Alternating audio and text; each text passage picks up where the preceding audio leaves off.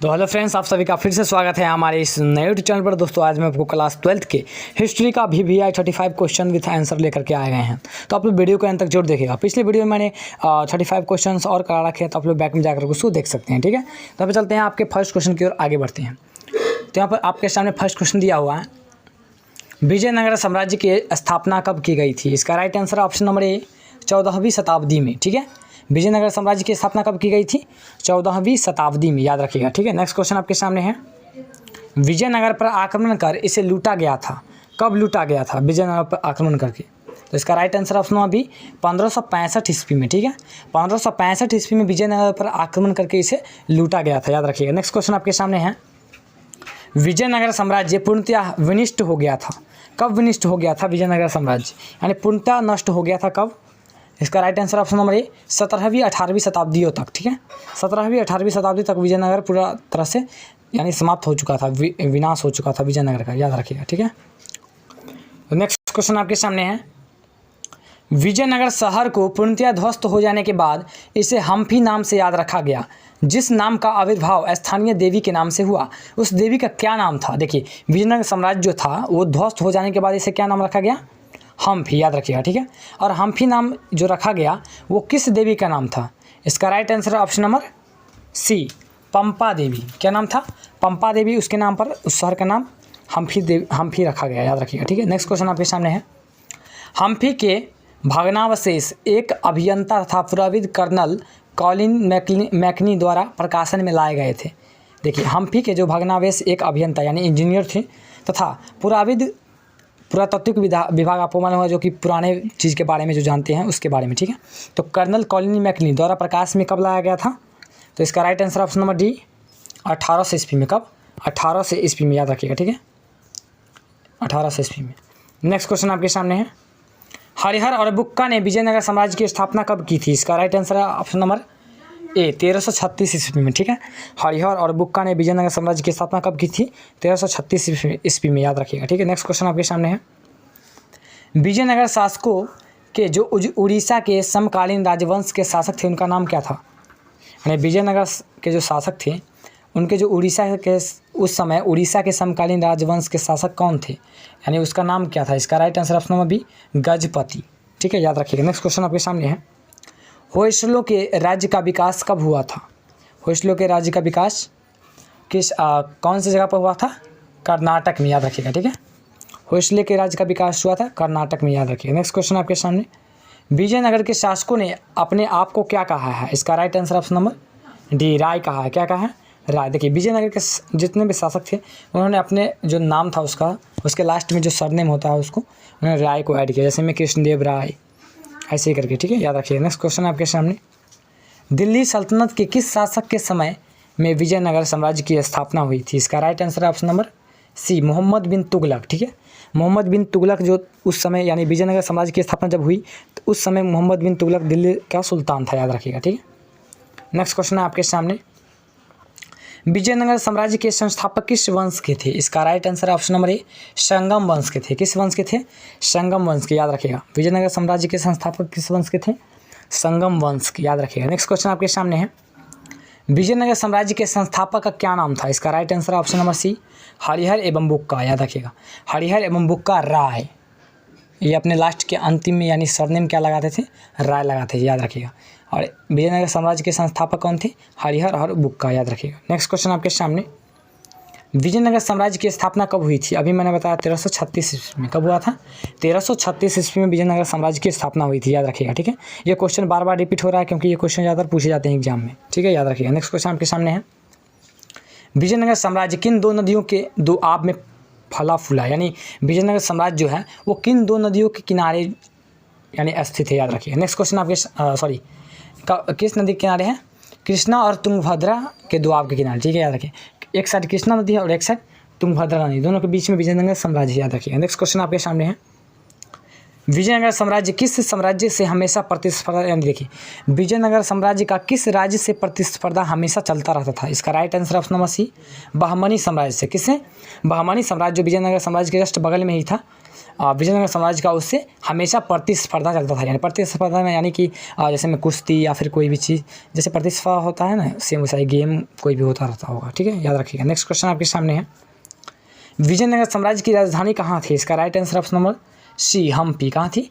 हम्पी। हम्पी नाम क्यों पड़ा था? क्योंकि वहाँ जो पंपी देवी थी उस कारण पंपी देवी नाम का जो एक भगवान थी, याद रखिएगा। ठीक है, उसको लोग पूजा करते थे, जिस कारण उस शहर का नाम हम्पी रखा गया। ठीक है, तो विजयनगर साम्राज्य की राजधानी कहाँ स्थित थी? हम्पी में, याद रखिएगा। नेक्स्ट क्वेश्चन आपके सामने है, किस देवी के नाम पर विजयनगर साम्राज्य की राजधानी हम्पी का नामकरण हुआ? अभी मैंने आपको बताया पंपा देवी, याद रखिएगा। क्या नाम था उसका? पंपा देवी, याद रखिएगा। ठीक है, नेक्स्ट क्वेश्चन आपके सामने, विजयनगर साम्राज्य का सबसे प्रतापी राजा कौन था? इसका right answer option number D Krishnadeva Raya. Vijayanagara साम्राज्य का सबसे प्रतापी राजा कौन था? कृष्णदेव राय, याद रखिएगा। ठीक है, नेक्स्ट क्वेश्चन आपके सामने, कृष्णदेव राय किस वंश से संबंधित था? इसका राइट आंसर है ऑप्शन नंबर सी तुलुप वंश से। किस वंश से था? तुलुप वंश से। आपको मालूम होगा कि विजयनगर साम्राज्य का जो संस्थापक जो था वो किस वंश का था? संगम वंश का। लेकिन ये कृष्णदेव राय जो है वो किस वंश से संबंधित है? तुलुप वंश से, याद रखिएगा। नेक्स्ट क्वेश्चन आपके सामने है, अमुक्त माल्याद नामक ग्रंथ की रचना किस राजा ने की थी?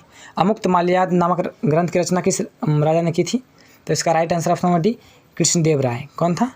कृष्णदेव राय ने मुलुकतवाद नामक ग्रंथ की रचना की, याद रखिएगा। नेक्स्ट क्वेश्चन आपके सामने, विजयनगर साम्राज्य का अंतिम शासक कौन था? इसका right answer option number C Ranga तृतीय। कौन था? रंग तृतीय था वो विजयनगर साम्राज्य का सबसे अंतिम शासक था, याद रखिएगा। ठीक है, रंग तृतीय, कलर तृतीय, याद रखिएगा। नेक्स्ट क्वेश्चन आपके सामने है, राजा सैनिक एवं असैनिक अधिकारियों को उनकी सेवा के लिए भूमि प्रदान करता था, जिसे क्या कहा जाता था? इसका right answer option number A अमरम। ठीक है, राजा जो था यानी जो सैनिक और असैनिक अधिकारियों को उनकी सेवा के लिए जो भूमि दान देता था उसे क्या कहा जाता था? अमरम। क्या कहा जाता था? अमरम, याद रखिएगा। नेक्स्ट क्वेश्चन आपके सामने, आयंगर व्यवस्था किस साम्राज्य से प्रचलित था? यानी आयंगर व्यवस्था जो था वो किस राज्य में प्रचलित था? इसका right answer option number B Vijayanagara साम्राज्य में। ठीक है, आयंगर व्यवस्था किस राज्य में प्रचलित था? विजयनगर साम्राज्य में, याद रखिएगा। नेक्स्ट क्वेश्चन आपके सामने है, विजयनगर के शासक किस देवता के नाम पर शासन करते थे? इसका right answer option number B Virupaksha देवता। ठीक है, विजयनगर के शासक किस देवता के नाम पर शासन करते थे? तो इसका right answer option number B Virupaksha देवता नाम के। ठीक है, याद रखिएगा।